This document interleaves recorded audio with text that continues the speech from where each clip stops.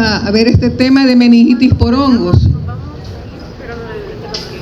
Ustedes saben que hay meningitis por bacterias, por parásitos o por cualquier otra causa, ¿verdad? Pero en este caso vamos a hablar del género Cryptococcus. Vamos a ver los objetivos de la clase 52. Vamos a recordar un poco del agente etiológico. Ya ustedes el ciclo anterior tuvieron oportunidad de ver los agentes causales.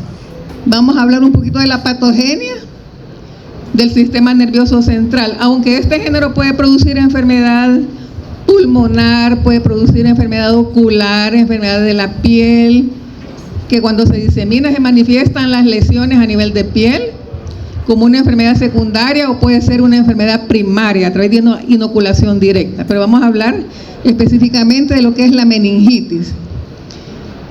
Vamos a hablar de los cuadros clínicos y vean que esta es una enfermedad que causa mucha mortalidad a nivel mundial. Vamos a ver que son personas susceptibles, principalmente aquellos pacientes que tienen VIH o ya tienen SIDA. ¿Por qué? Porque vemos que este es un hongo, este hongo se encuentra en el ambiente, ya vamos a ver cuál es el hábitat. Entonces se considera que es un hongo oportunista, aunque hay unas especies que pueden causar enfermedades, no solo en el paciente inmunodeprimido, sino que también en el inmunocompetente, y como que son cuadros un poco más severos. Vamos a hablar de los resultados de las pruebas de laboratorio. Fíjense que siempre el estándar de oro en este caso va a ser el aislamiento del hongo en el medio de cultivo. Estamos hablando del diagnóstico micológico. Aunque existen otras pruebas, por ejemplo, pruebas serológicas, no son concluyentes, pero cuando se aísla el hongo de la muestra clínica, ya sea líquido cefalorraquídeo o de cualquier otra, entonces ahí no hay lugar a equivocarse. Y se puede comprobar con pruebas fisiológicas y con pruebas bioquímicas. Vamos a ver la epidemiología y las diferentes acciones y prevención y el control de la enfermedad, que básicamente serían, por ejemplo, aquellas personas que trabajan con aves, que cuidan aves. Ustedes saben que las palomas de Castilla se encuentran en cualquier parte, en los campanarios, en Europa están en las plazas, ¿verdad? Entonces, no se pueden erradicar, ¿verdad? Aunque hay personas que dicen hay que ponerle veneno, eso no se hace. No solo las palomas de Castilla, la columba libia, sino que también las gallinas, los loros, bueno, generalmente las aves, como en el histoplasmosis es el murciélago. Entonces vamos a hablar pues de esas medidas de prevención que más que todo están encaminadas quizás como a cuidar de que el paciente VIH positivo o con SIDA mantenga qué cosa en su normalidad, chicos. ¿Qué debe mantener una persona con VIH normal para que sus defensas inmunológicas funcionen? El recuento de los linfocitos CD4, muy bien, entonces de eso se trata. Vamos a ver qué se considera como una enfermedad infecciosa emergente. ¿Por qué? Por los cuadros de VIH, y no solo en personas que tienen ese síndrome de inmunodeficiencia adquirida, sino que también cualquier persona puede ser susceptible, incluso personas diabéticas, personas que tienen un trasplante de órgano, desnutridas, alcohólicos, fumadores, bueno, personas que tengan algún grado de susceptibilidad son candidatos. También se debe a cambios ecológicos, ¿verdad? Las migraciones, la alteración del ecosistema, porque vean que estos hongos requieren, bueno, quizás la mayoría de hongos requieren un clima adecuado, un hábitat, y decimos que existe una distribución geográfica, ¿verdad? Que en algunas regiones crece una especie, en otras crece otra, porque tiene que ver con el tipo de suelo, con el sustrato, con la temperatura, con las precipitaciones pluviales y todo.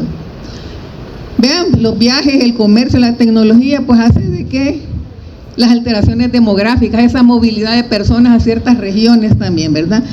Y otro factor es que los microorganismos se adapten al hospedero humano, ¿verdad? Porque ahí está todo, temperatura, nutrientes y otras necesidades que el microorganismo necesita para subsistir. Y de ahí pues que las medidas de salud pública tienen que ser rigurosas. Se considera que en países con nivel económico, socioeconómico elevado, a los pacientes con SIDA se les trata con todas aquellas condiciones para que sus niveles de linfocitos TCD4 se mantengan en niveles normales. Buenos días. No así en los países con bajo nivel de desarrollo. ¿Por qué? Porque eso requiere un costo económico. Entonces, medidas de salud pública serían las ideales para contrarrestar esta enfermedad que se considera una micosis oportunista. Vean que la criptococosis, en este caso la meningitis por Cryptococcus, por el género Cryptococcus, es una enfermedad grave del sistema nervioso central. Y aunque el hongo pueda penetrar por vía inhalatoria, ¿cuál sería el primer sitio de entrada, el primer sitio de infección? ¿Cuál es? Si ingresa por la vía inhalatoria. Esa es la vía, pero ¿cuál es el sitio de infección primaria? ¿A dónde llega el aire, pues? Al pulmón, ¿verdad? Llega a los alvéolos, pero fíjense que tiene tropismo por el sistema nervioso central. Quiere decir que de la enfermedad pulmonar, el criptococo se disemina y es más, ocupa los monocitos como un medio de transporte para atravesar los capilares cerebrales y llegar a producir estos cuadros clínicos con el nombre de meningitis. Entonces vamos a ver, pues, pacientes portadores de virus de la inmunodeficiencia humana, pacientes con SIDA y en general todo tipo de persona que tenga esta condición de inmunosupresión, ¿verdad? Que tenga trasplantes, que tenga diabetes, que tenga un linfoma, una leucemia, enfermedades debilitantes. Veamos que es un problema de salud pública porque estar atendiendo a estos pacientes requiere un costo y muchos pues mueren, ¿verdad? Reporta la OMS que es 1.3 millones anuales de personas que mueren. Reconocer la infección de forma temprana. En el caso de la meningitis por Cryptococcus, por las especies del género Cryptococcus, muchas veces la enfermedad es asintomática. Y puede pasar la persona con la enfermedad y la meningitis se puede volver crónica. Claro que en algún momento esta meningitis crónica se vuelve fulminante y la persona no dura mucho. Pero puede permanecer asintomática porque también depende de las condiciones del hospedero. Recordemos que los mecanismos de defensa inmunológicos, principalmente la respuesta inmune celular, es crucial para este tipo de micosis. Entonces es importante pues reconocer la infección de forma temprana y en los pacientes VIH positivos estárseles controlando su recuento de linfocitos TCD4 y darles el tratamiento antirretroviral para que los niveles se mantengan normales y pueda pues tener defensas adecuadas. Entonces el reconocimiento de la infección de forma temprana para instaurar un tratamiento adecuado. Veamos el hábitat del hongo. Este es un hongo que se encuentra en la naturaleza, jóvenes. Se descubrió por primera vez en algunos jugos de frutas, por ejemplo, jugos de peras, jugos de durazno, y algunos autores refieren que hay variedades, ¿verdad? Cryptococcus neoformans, variedad neoformans, Cryptococcus neoformans, variedad grubi, y Cryptococcus neoformans, variedad gatti.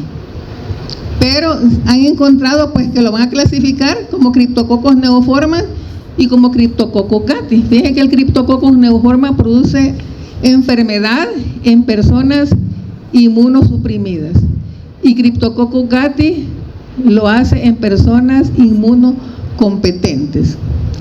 Ahora, como son hongos que se encuentran en la naturaleza, principalmente en aves, las deyecciones, las heces de las aves contienen Cryptococcus. Ahora dirán ustedes, ¿por qué no enferman las aves de criptococosis? Porque la temperatura es alta, ¿verdad? Más alta que la del ser humano y el hongo no resiste esa temperatura. Entonces el guano de aves, ya sea de loros, de pericos, de cualquier ave, principalmente en este caso pues la paloma de Castilla o Columba livia, y abunda pues en las plazas, en los parques, en los campanarios, en las casas abandonadas. Entonces ahí defeca y las heces pues las excretas son ricas en nitrógeno. Entonces el hongo puede proliferarse. Dice que las aves lo pueden alojar en el intestino, las aves no enferman, digamos que serían el reservorio y el vector a la vez, ¿verdad? El agente diseminador. Pero las aves no enferman, lo mantienen en el intestino y digamos que son asintomáticas. No hemos visto una paloma que tenga criptococosis, una gallina. Entonces, el guano tiene la característica de que es alcalina. Ese es un ambiente favorable para el hongo. Además de la fuente nitrogenada que le sirve como un factor de crecimiento, productos nitrogenados. Entonces ahí tenemos palomas, pichones, gallinas, chompipes y toda clase de aves que ustedes puedan imaginar. Ahora, en otra clasificación que hacen los autores, lo desglosan así: Cryptococcus neoformans, variedad neoformans, y Cryptococcus neoformans, variedad grubi, serotipos A y D. Son los que producen la enfermedad en inmunosuprimidos, inmunodeprimidos. Y el Cryptococcus gatti, serotipos B y C, que es la otra especie, en personas inmunocompetentes. Y vean que a veces en las personas inmunocompetentes es más grave la enfermedad y se forman hasta criptococomas. Están involucrados en este caso, más que todo para Cryptococcus neoformans y variedad grubi, las aves, ¿verdad? Las deyecciones, las heces de las aves. Y en el caso de Cryptococcus gatti, con los serotipos B y C, fíjense que están involucrados, ustedes conocen los eucaliptos, ¿verdad? Entonces el Eucalyptus camaldulensis, y tenemos también especies de almendros, Terminalia catapa, el almendro, acá. Entonces ahí se aloja el hongo. Vean que el hongo se aprovecha de algunas estructuras de estos árboles, porque el gatti, digamos que crece en las flores del Eucalyptus camaldulensis. Entonces ahí como que la maduración de la flor ayuda a que también se forme la maduración del hongo. El hongo aprovecha. Y luego pues en esta parte se da, porque el hongo presenta la etapa sexual o perfecta. En los árboles se da la etapa de filo basidiela, que es la etapa sexual de Cryptococcus neoformans. Entonces tenemos las especies pues de árboles en las cuales Cryptococcus gatti puede crecer y puede diseminarse, puede crecer en las semillas. Vamos a ver que el hongo entra por la vía respiratoria. Ya dijeron ustedes que el sitio de infección primario es el pulmón, pero a partir de ahí se puede diseminar a otra localización. Puede haber un cuadro cutáneo primario, sí, una inoculación, un pinchazo, se forma una úlcera cutánea, ¿verdad? Sería una forma primaria. Se dice también por vía oral, ¿verdad? Por la ingesta de alimentos, aunque se cuestiona de que el hongo está en las heces de las aves, en estos árboles también, esas especies de árboles, se dice de que además de algunas frutas, porque les mencioné al principio que en los jugos de durazno, jugos de pera se aisló por primera vez. También en los productos lácteos, se dice que se han encontrado en los lugares donde ordeñan, pero ¿qué ocurre con la leche? Como la leche pasa por un proceso de pasteurización, a los 42 grados el hongo se destruye. Ustedes ven que la pasteurización tiene 63 grados centígrados, más arriba, ¿verdad? Más alta la temperatura, no resistiría la levadura esas temperaturas de pasteurización. Sí se piensa que por vía oral, a través de la leche se puede ingerir. Además, ¿qué otra barrera consideran ustedes si el hongo entró vía oral? ¿Cuál es la barrera que lo detiene? El jugo gástrico, muy bien. Bueno, ¿preguntas, jóvenes? ¿Estamos bien hasta aquí? Bueno, la patogenia, recordemos la levadura, es un hongo eucariótico, una célula eucariótica. Lo importante acá es la cápsula. Recordémonos, la cápsula es antifagocítica, es un factor de virulencia que entorpece los procesos de fagocitosis también. Vamos a ver que tiene su pared celular, los ribosomas, mitocondrias y todo lo que una estructura de una célula eucariótica puede contener. Tenemos que la criptococosis es una enfermedad grave oportunista, ¿verdad? Dimos que aprovecha las defensas inmunológicas de la persona por alguna condición de inmunosupresión o debilidad. Este es un hongo levaduriforme con cápsula, un hongo levaduriforme y encapsulado. no es dimórfico, o sea que si se siembra en el laboratorio y se incuba a 28 grados centígrados y se incuba en otro medio enriquecido a 37, va a dar siempre la misma levadura. Es un hongo monomórfico. En la naturaleza se encuentran formando esas estructuras, ¿verdad? Las levaduras, un pseudomicelio, tiene la etapa sexual que es la basidiospora, y todas esas son formas infectantes que también se llaman propágulos. Ya lo vamos a ver en el ciclo de vida. Entonces ahí están las variedades, lo que les mencionaba al principio, ya no lo voy a repetir, las variedades que producen las enfermedades tanto en pacientes inmunocompetentes como en inmunodeprimidos. Recordemos un poco el ciclo infeccioso. ¿Qué tenemos ahí?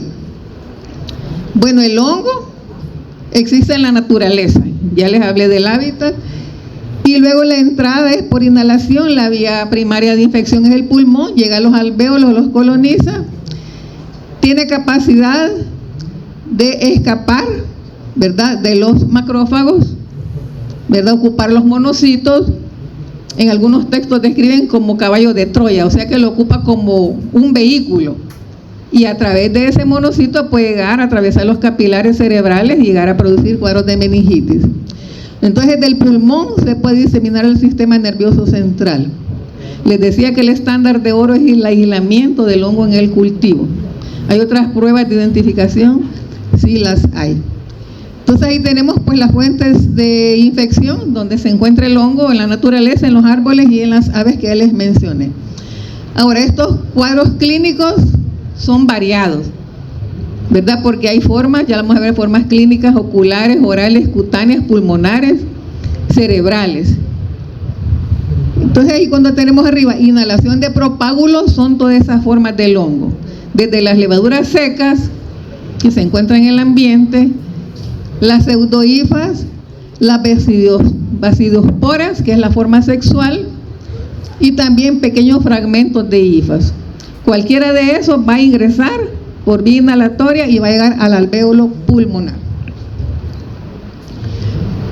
Entonces vamos a ver que si la persona no tiene unas buenas defensas, prolifera con rapidez, y se va a diseminar por vía linfática o hematógena.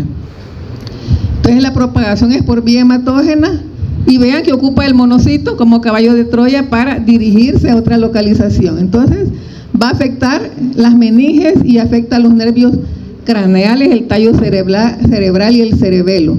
Entonces puede producir meningitis crónica, que la persona puede pasar años con la meningitis crónica, teniendo la sintomatología. Entonces la diseminación pues la hace del pulmón. Hay formas pulmonares y hay formas pulmonares con cuadros de radiografía compatibles con infección. Pueden haber criptococomas a nivel pulmonar, manifestaciones clínicas. Bueno, al principio, cuando el hongo llega al alvéolo, simula una gripe, pero después van viendo síntomas clínicos y signos que pueden imitar a lo que es una tuberculosis. Entonces se disemina pues a través de la vía hematógena del pulmón. Un factor de virulencia importante es la cápsula, como lo tenemos ahí. Es una cápsula ancha que se tiene que identificar en el examen directo. O sea, a partir de un líquido cefalorraquídeo, puede ser una muestra de orina. Entonces la cápsula es importante porque se desarrolla con esa amplitud cuando está como parásita en los tejidos. Y algunas veces cuando se está haciendo el diagnóstico, refieren los autores que la cápsula es muy escasa o no se ve. Y entonces la persona entra en duda que si se trata de una otra levadura o de una cándida o se trata del Cryptococcus neoformans. Entonces, ¿cómo estimular que la cápsula se haga más amplia? Hay que incubarla con CO2, con un 5% de CO2. Ahora vamos a ver, el incremento de CO2 favorece, ¿verdad?, el crecimiento del hongo, la presencia de iones hierro y un pH alcalino. Ahora, ¿de qué está compuesta la cápsula? La composición química de ese polisacárido es glucarano silomanano, GXM. Vemos que esta cápsula es antifagocítica. Acordemos que entorpece los procesos de fagocitosis. Y la enzima lactasa pues también tiene que ver pues con esta forma de evitar pues el sistema fagocítico. Pueden llegar a ser fagocitados, pero tienen esa capacidad de escapar del macrófago porque las mismas levaduras inducen apoptosis celular y de esa forma pues el macrófago se rompe y se liberan y continúan su diseminación. Vean todos los factores de virulencia que posee la levadura: la ureasa, la lacasa. La lacasa a nivel de la naturaleza pues lo que va a hacer es degradar la lignina. Recuerden que la lignina está en los vegetales, entonces al descomponer esos vegetales produce detritos. Las proteasas, que ya estando en el tejido, en el humano, pues las proteasas ayudan pues a que penetre más el hongo, a facilitar la diseminación. La cápsula dijimos que es antifagocítica. Las proteasas, las fosfolipasas también ayudan pues a la invasión. La feniloxidasa también participa en la evasión por el sistema fagocítico. La superóxido dismutasa, la SOD, es una enzima similar a la catalasa. Estas bloquean, acordémonos, el estallido respiratorio de los macrófagos, ¿se acuerdan? Entonces las bacterias que tienen catalasa, superóxido dismutasa, digamos que inactivan el estallido respiratorio por parte de los macrófagos y así se liberan de la destrucción interna. Poseen melanina, también que es un factor de virulencia. Esa capacidad de adaptación, ¿cómo es que después del ambiente, de estar en las heces de las aves, de estar en los árboles, se pueden adaptar al organismo humano, verdad? Porque tienen también una estabilidad térmica. Y la presencia de ion hierro dijimos que favorece su crecimiento. Otra situación es que pueden producir una biopelícula, sobre todo en derivaciones cardiovasculares peritoneales, ¿verdad? Forman un biofilm y de esa manera pues están contaminando estos dispositivos. Ahora, ¿qué hace el organismo para desarrollar la inmunidad celular protectora? Recordémonos que en las micosis la respuesta inmune celular es básica, ¿verdad? Para proteger.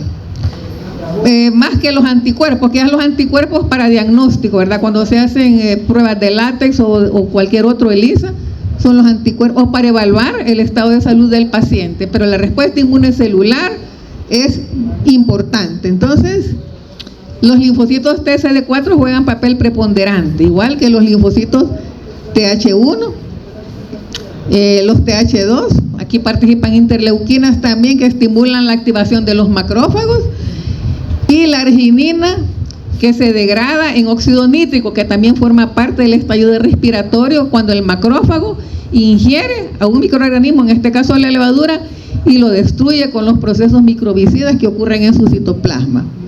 Entonces la arginina también produce urea, y esa urea puede ser fuente de nitrógeno para el crecimiento de la levadura.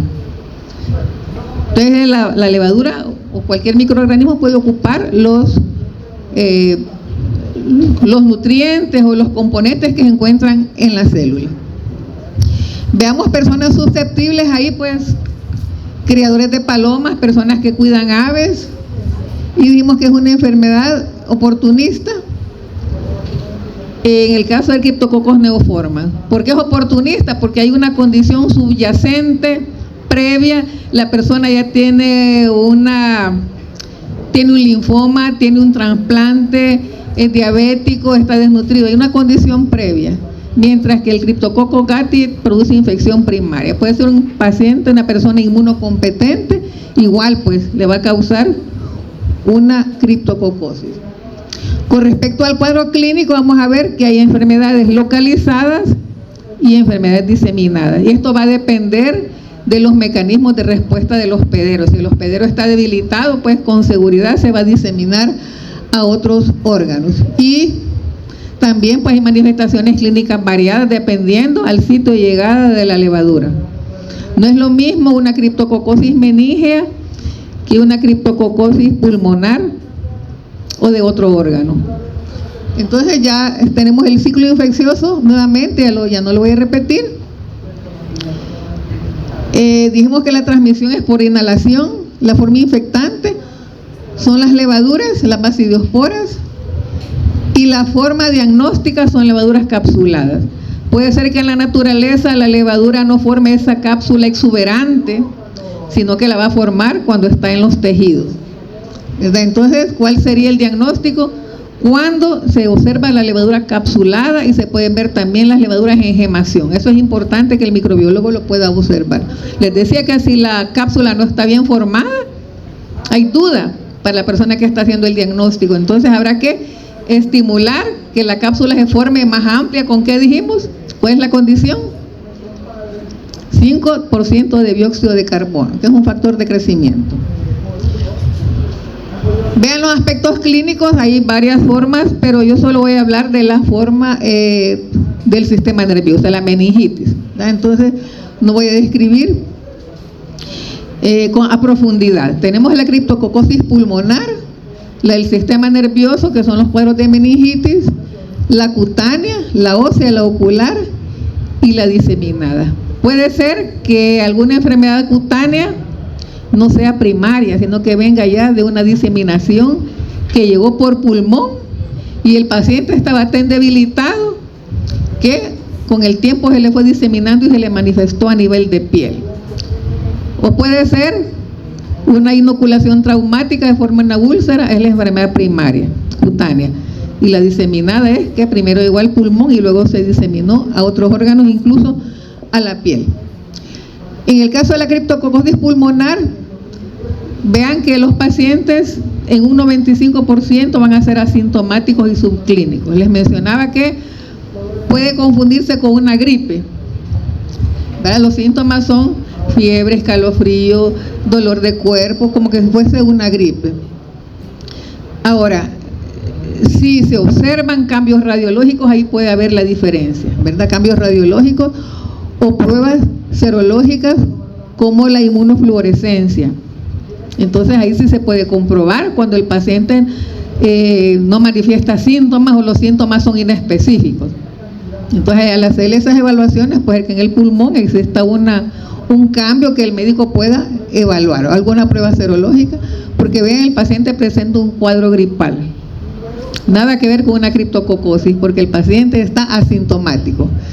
Ahora, esto puede ir evolucionando y en casos más graves se puede confundir con una tuberculosis miliar. Entonces, ¿cuáles son los síntomas de la tuberculosis? Ya ustedes los conocen, ¿verdad? Fiebre, sudoración, dolor de cuerpo y todo. Entonces puede confundir con una tuberculosis miliar. Y en el caso de Cryptococcus gattii, va a producir criptococomas en cerebro y en pulmón.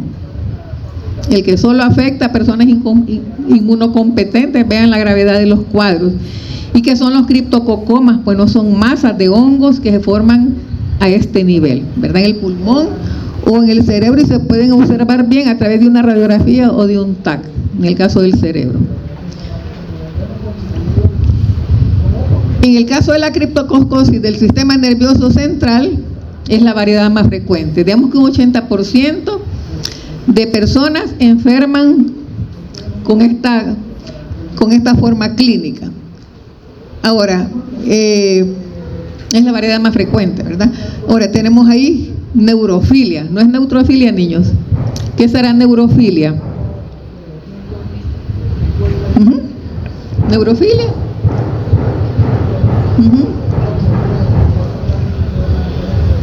Neuro. ¿A qué refiere neuro? Estamos hablando de criptococosis del sistema nervioso central. Ajá, filántropo, ¿qué es? Ajá.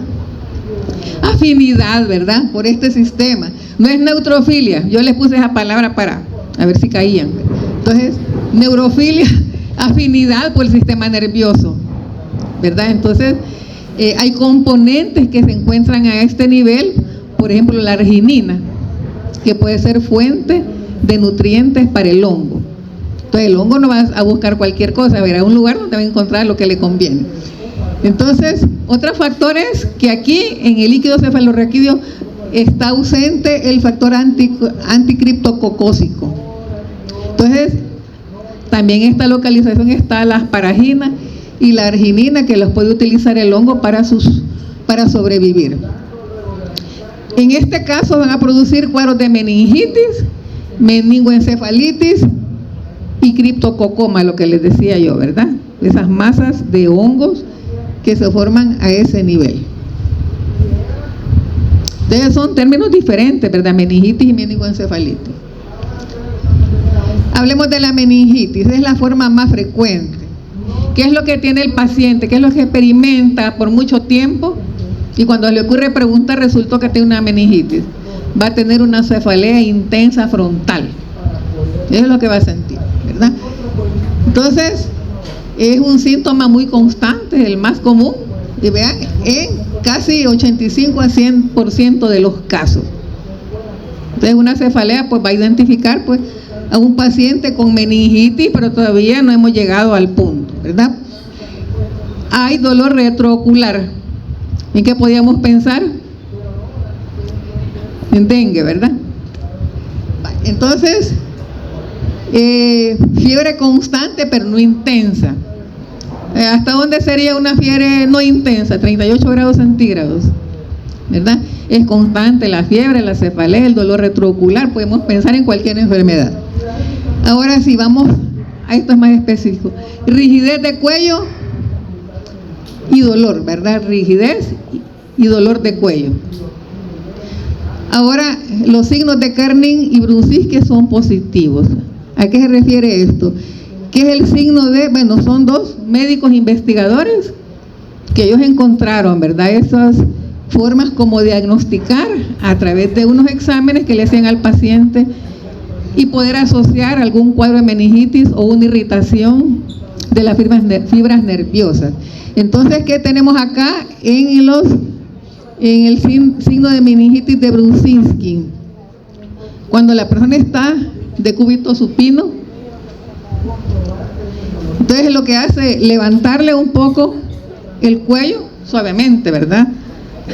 Y vean, inmediatamente aparece el reflejo que dobla las rodillas, porque hay una irritación de las fibras nerviosas. Entonces ese es un signo, el signo de Brunziski. Y el signo de Kerning, siempre en posición de cúbito supino, levanta la pierna en ángulo de 90, en ángulo recto, y vean que cuando trata de extender la pierna, el tendón está tan rígido y la mantiene doblada. Ese es otro signo. Este es el signo de Kerning. Entonces, estos dos son positivos en una sospecha de una meningitis.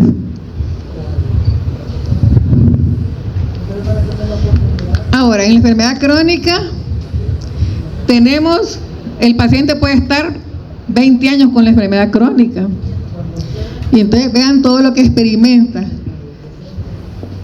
Todo esto, vómitos constantes, vértigo ¿qué es? Mareo, ¿verdad? Delirio, antes del examen, ¿verdad? Alucinaciones, irritabilidad, ¿verdad? Convulsiones jacksonianas, es una forma de convulsión por parte, ¿verdad? Si es en el brazo, por pedacitos hasta alcanzar, ¿verdad? No como las convulsiones tónico-clónicas de una convulsión de otro tipo. Irritabilidad, ya lo teníamos. Cambio de personalidad, ¿verdad? Pérdida temporal de la memoria. En la enfermedad crónica, ¿cómo es que el paciente puede estar experimentando todos estos síntomas? Y hay complicaciones oftálmicas. Neuroretinitis. ¿Qué es fotofobia, niños? No toleramos la luz, ¿verdad? Estrabismo, diplopía y nistagmo. Ahí buscan nistagmo. Bueno, entonces vean las complicaciones que existen. Y la enfermedad crónica, todo lo que el paciente puede experimentar, cómo es que puede aguantar todo eso por mucho tiempo. Vean, la enfermedad crónica puede tener hasta 20 años de duración, con vómitos, con alucinaciones, y así pasa de 20 años. Entonces, ahora, cuando el cuadro evoluciona a más severo, es porque hay una rápida progresión. ¿Ve? Algunos pacientes no puede durar tanto tiempo, 20 años, sino que progresa rápidamente. La persona empieza a perder peso, hay astenia, adinamia, Y por último, la persona va a fallecer, ¿verdad? Por un cuadro respiratorio, insuficiencia respiratoria. Entonces, el cuadro de meningoencefalitis es de curso agudo y fulminante. Este es otro cuadro clínico, ¿va? Meningoencefalitis, ya pasamos la meningitis. Meningoencefalitis es de curso agudo y fulminante. Ahí no vamos a esperar mucho tiempo, ¿verdad? Esta es otra forma clínica. En personas con inmunodepresión severa, aquellas personas que no tienen ninguna condición para que sus mecanismos de respuesta inmune lo puedan salvar, ¿verdad? Porque hay condiciones de base, personas con trasplante de órganos, desnutridas, bueno, con otras enfermedades. Una intensa terapia inmunosupresora. Cuando una persona recibe un trasplante de un órgano, tiene que tener una terapia inmunosupresora para evitar rechazo. Entonces, personas están susceptibles. Y en el caso, pues, les mencioné el criptococoma, que lo produce el GATI, el niño bueno que solo afecta a inmunodeficientes, el que produce esas masas de hongo, ¿verdad? En los pulmones y en el cerebro. Son masas fúngicas en forma de abscesos que se pueden determinar, les decía yo, por una radiografía o por un TAC, en el caso del cerebro. Diagnóstico diferencial con tuberculosis, porque mencionamos, ¿verdad?, al principio, hace poco, de que puede simular una gripe, una tuberculosis miliar. Hay que diferenciarlo de una neoplasia, ¿verdad? Estas masas que aparecen, esos síntomas podrían pensar el paciente o el médico que es una neoplasia. Podría confundirse con una toxoplasmosis también, o una meningitis bacteriana crónica, o una enfermedad degenerativa del sistema nervioso central. Vamos al diagnóstico de laboratorio. La mayoría de cuadros clínicos son meningeos, ¿verdad? Estamos hablando de un cuadro de meningitis. Puede ser una muestra de orina, en otro caso, una muestra de sangre para obtener suero. Entonces, si es un líquido cefalorraquídeo, bueno, habrá que centrifugarlo y habrá que hacer el sedimento, trabajar el sedimento con tinta china. Acordémonos que la tinta china es una tinción negativa que va a teñir el fondo y en donde se va a evidenciar la cápsula que no se tiñe. Acordémonos que la tinción negativa tiñe el entorno, el fondo, menos la estructura de la cápsula. Entonces ahí se puede ver el contraste de la levadura en gemación o la levadura esférica con una cápsula bien amplia. Entonces a la izquierda tenemos un líquido cefalorraquídeo donde se puede observar la levadura gemante. Este es un examen directo con tinta china. Entonces hay que buscar esa levadura en gemación, además de la levadura, pues, prototipo. Les decía que la cepa con escasa cápsula entra en duda el microbiólogo, ¿verdad? Porque esa cápsula no es muy convincente, entonces hay que estimular el crecimiento con el dióxido de carbono al 5%. El aislamiento del hongo en cultivo es el que nos va a dar la referencia de que es el agente causal. Pueden haber pruebas serológicas, algunas no son muy específicas, pero pueden ayudar. Además del cultivo, la caracterización de las colonias, la morfología microscópica y pruebas bioquímicas y fisiológicas, ¿verdad? Pruebas bioquímicas, fisiológicas, por ejemplo, la asimilación de azúcares, ¿verdad? ¿En qué momento el criptococo va a utilizar un azúcar para su crecimiento? Y los estudios de citoquímico, ¿verdad? Entonces, ver pues cuáles son los niveles normales de células, si hay glóbulos rojos en condiciones normales o están aumentadas las proteínas, están disminuidas. En este caso, si es un líquido cefalorraquídeo, vamos a ver que hay un aumento leve de proteínas, hiperproteinorraquia. Hay hipoglucorraquia y disminución de glucosa. ¿Por qué? Porque la levadura ocupa la glucosa como fuente de energía, entonces la glucosa está disminuida. Y hay aumento de células, la pleocitosis linfocitaria. Entonces aquí tenemos pues las características de un LSR, de un líquido cefalorraquídeo con criptococosis, de un paciente con criptococosis crónica, ¿verdad? Está turbio, hay hipoglucorraquia, hay hiperproteinorraquia, hay aumento de la densidad y aumento de las células. Ustedes tienen que comparar los valores normales con los valores obtenidos en un paciente con esta condición. Dijimos que el estándar de oro es el cultivo y en 2 días puede ya estar el crecimiento para poderlo caracterizar. Veamos que cuando se siembra la muestra no se ocupa un agar glucosado de saburo con cloranfenicol ni con actidiona, con cicloheximida, porque inhiben al hongo, sino que nada más agar glucosado de saburo, en donde se manifiesta el crecimiento a las 48 horas. Verán que son colonias redondas, brillantes, convexas, con aspecto de leche condensada. Así las describen en el crecimiento en agar glucosado de saburo. Vimos que el CO2 estimula la formación de la cápsula, y en el caso de una autopsia, ¿verdad? Ya no, en una autopsia las leptomeninges se pueden ver, ¿verdad? Que están gruesas y opacas, y al tacto se siente resbaloso, ¿verdad? ¿Por qué? Acordémonos que estas colonias de este hongo son capsuladas, han de ser viscosas, ¿verdad? Son viscosas. Entonces eso se manifiesta también en una autopsia, ¿verdad? Al tocar esas membranas se siente la viscosidad debido a la presencia de la cápsula. Bueno, pruebas inmunológicas, tenemos diagnóstico presuntivo en líquido cefalorraquídeo o suero. Entonces aquí se busca el antígeno del criptococo, va a ser AG. El antígeno que se busca es el que está en la pared celular, que es el glucurano silomanano GXM, y en este caso pues se puede ocupar una prueba de látex. Entonces esa prueba de látex son partículas de poliestireno recubiertas con anticuerpos, porque lo que se busca es el antígeno que está presente en la muestra clínica. Tanto de Cryptococcus neoformans como de Cryptococcus catis se investiga el componente de la cápsula, que es el GXM. Entonces tenemos una aglutinación directa de partículas de látex cuando se ha dado la reacción inmunológica. Veamos que tiene alta sensibilidad y especificidad, vean que 99%, o sea que puede ayudar.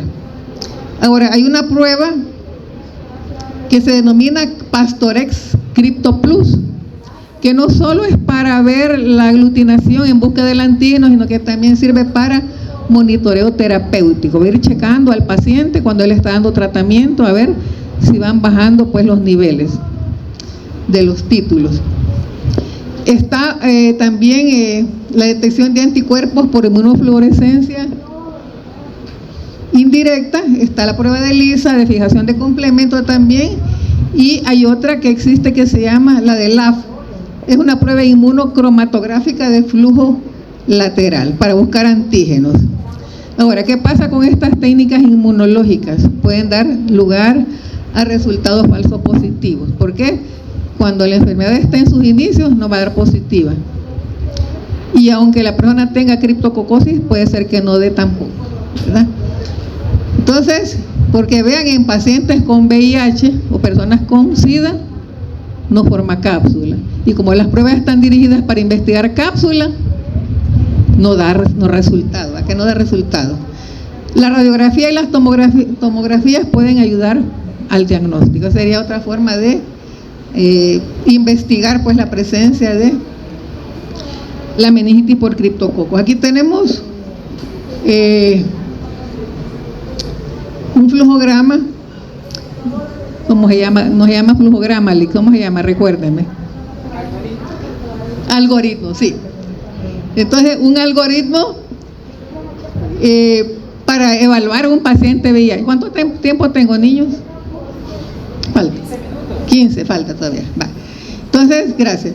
Tenemos un paciente VIH positivo. El paciente VIH positivo hay que hacerle su recuento y ver cómo está, ¿verdad? Entonces, para poderle dar el tratamiento adecuado. Se hace un recuento de células CD4. Si son menores estos recuentos de 100 células por microlitro y no se ha dado el tratamiento, ¿verdad? El TARG, ¿verdad? Hay que llevar a cabo la determinación del antígeno criptococo con las pruebas inmunológicas que les expliqué. Si el antígeno criptococo está reactivo, hay que hacer la punción lumbar con todas las técnicas que yo creo que se las explicaron o se las van a explicar. La punción lumbar. Y aquí pues investigar la punción lumbar en la muestra que es el líquido cefalorraquídeo, si se presentan las levaduras encapsulada, siguiendo la guía de la Organización Mundial de la Salud. Si el antígeno del Cryptococcus es no reactivo, siempre se le va a dar seguimiento clínico y tratamiento con TARC, porque vean que es un paciente VIH positivo, que no se manifestaron las levaduras, ¿verdad? Entonces acá pues, aquí también nos derivan si son positivas las pruebas, investigar, ¿verdad? La levadura capsulada. Si fue negativa, el paciente puede ser que no aceptó que le tomaran la muestra, que le hicieran la punción lumbar, ¿verdad? Entonces se le va a dar un tratamiento con un antimicótico. Ahí tenemos, tratamiento. Entonces sería ese pues el algoritmo para un paciente VIH positivo. Con respecto a la epidemiología, vamos a ver que fue descrita por primera vez en 1890, ¿verdad? Meningitis por criptococos, y en 1905 se reportó un caso. Ahora, en la medida que en los países que tengan los medios económicos introduzcan el tratamiento de TARC, al final está escrita la corrección, TARC, que es el tratamiento antirretroviral, ¿verdad? Se van controlando los casos. En los lugares en donde no se tenga este control con este tratamiento, pues muchos pacientes fallecen. Y veamos de que la OMS, la Organización Mundial de la Salud, reporta que de 2.3 millones de fallecidos anuales a nivel mundial. Entonces hay personas que son susceptibles no solo porque se exponen a las heces de las aves, sino que también tienen uso prolongado, uso de corticosteroides. Acordémonos que los corticosteroides deprimen el sistema inmunológico y se hace cuando la persona tiene un trasplante, evitar que exista rechazo. Personas con enfermedades autoinmunes, por ejemplo, lupus eritematoso sistémico, neoplasias como linfomas, leucemias, trasplantes, diabetes, cirrosis hepática, insuficiencia renal crónica terminal. Vean la gama de personas susceptibles a padecer de criptococosis. Entonces la persona que recibe terapia antirretroviral está protegida porque sus niveles de linfocitos TCD4 están en los valores normales, ¿verdad? Si están bajos, habrá que hacer que estos se eleven. Por eso les decía, en los países con niveles económicos, con ingresos altos, se mantiene el control en la población. A lo mejor muchas personas tienen VIH, pero como existe el tratamiento, entonces están controlados. Bueno, ya hemos mencionado pues cirrosis hepática. Bueno, ya les he mencionado que en el 2005 alcanzaron a nivel mundial 2.3 millones de fallecidos, según la OMS. ¿Cuál es la frecuencia de la enfermedad? Se dice que más las mujeres que los hombres, en relación de 2 a 1. Pero depende, si el hombre tiene alguna condición, se invierte, sería de 4 a 1. Porque no es por sexo a que nos vamos a ir, sino que las condiciones preponderantes, lo que hablábamos, ¿verdad? Cirrosis hepática, diabetes, uso de corticosteroides de manera prolongada. Entonces no se cumple de que la mujer, sino que depende de la condición del hospedero.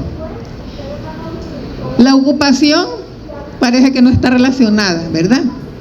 Ahora, ¿cuál es el periodo de incubación para estas enfermedades del sistema nervioso central por criptococos indeterminado? No se sabe. Y como veíamos en la clínica, puede pasar la persona con una enfermedad crónica, ¿cuánto tiempo? 20 años, ¿verdad? Experimentando esos dolores, esas alucinaciones y todas esas incomodidades. Factores predisponentes, venimos a lo mismo, ¿verdad? Diabéticos, personas desnutridas, personas con lupus eritematoso sistémico, inmunodeprimidos, y vean que pacientes VIH, personas con SIDA, 90% están padeciendo en algún momento de esta enfermedad producida por el hongo. Se han hecho estudios, ¿verdad? Que en Argentina, Brasil, Colombia y México pueden haber un 15% de personas, ¿verdad?, afectadas. Comparado con África, con el sudeste asiático, que se incrementa el número. Entonces, no es propia solo de algunas regiones, a nivel mundial. ¿Cuáles son los factores de riesgo? Los vamos a enfatizar. Personas con VIH principalmente. Si la persona tiene VIH y sus recuentos de linfocitos están normales, ¿creen ustedes que está en peligro? No, ¿verdad? Porque tampoco voy a exponer a inhalar heces de ave, ¿verdad? Solo porque tiene sus recuentos, no. Está protegida porque su recuento de linfocitos está en niveles normales, ¿verdad? Si se encuentra por debajo de 100 células por microlitro, sí, es susceptible. El trasplante de órganos sólidos, los linfomas, personas con leucemias linfocíticas y otros desórdenes proliferativos, linfoproliferativos, linfopenias idiopáticas de células TCD4 positivas. Idiopáticas quiere decir que no se sabe su origen. En la mayoría de casos se conoce que el origen es el virus de inmunodeficiencia humana, pero en otros se desconoce. Sarcoidosis, terapia con corticoides prolongada. Diabetes mellitus, enfermedad pulmonar crónica, la EPOC. Falla renal, diálisis peritoneal. Bueno, ya habíamos visto, ¿verdad? Ahora, los síndromes de hiperglobulinemia para inmunoglobulina M o inmunoglobulina E. Se producen en cantidades exageradas estas inmunoglobulinas que las otras no se producen, ¿verdad? Hay un crecimiento de estas dos inmunoglobulinas y las otras, son 5 inmunoglobulinas, no se están produciendo. Entonces la persona está susceptible. Personas que utilizan anticuerpos monoclonales, ¿va? Con esos nombres comerciales, infliximab, adalimumab, alemtuzumab. ¿Qué pasa con estos anticuerpos monoclonales? Están preparados para prevenir la inflamación. En muchas enfermedades degenerativas, podría ser una artritis reumatoide o cualquier otra enfermedad degenerativa. Entonces, ¿qué pasa? Al utilizar estos anticuerpos monoclonales, se está dejando a la persona desprotegida. Para quitar la inflamación que se le pueda producir por X factor, se le están dando estos anticuerpos monoclonales que se unen para prevenir la inflamación. Pero veamos que la inflamación en algún momento puede ser beneficiosa, ¿sí o no? Cuando la inflamación se produce, después viene la reparación del tejido, ¿sí o no? Si es momentánea, que dura poco, es beneficiosa, ¿sí o no? Pero si es sostenida y la persona pasa 6 meses con el cuerpo inflamado, de las articulaciones inflamadas, eso ya no es normal, ¿verdad? Eso produce al final un daño. Entonces se dan esos anticuerpos monoclonales para evitar la inflamación, porque se unen directamente a su antígeno. Entonces están dejando a la persona desprotegida para una meningitis por criptococo. Prevención, bueno, las personas que trabajan con aves, que les gusta ir a los parques, que se exponen a ese de palomas o que limpian gallineros, entonces uso de mascarilla, ¿verdad? Higiene, algún desinfectante ambiental, ¿verdad? Y vean la terapia antirretroviral de gran actividad, TARGA, esta es la palabra, las siglas correctas. Otro factor, el diagnóstico temprano, ¿verdad? Ya vimos cómo se lleva el algoritmo de un paciente VIH para hacerle el estudio. Y la detección de antígeno capsular para criptococos neoforman en pacientes VIH positivos. Y es lo que se tendría que hacer. Referencia. Muchas gracias.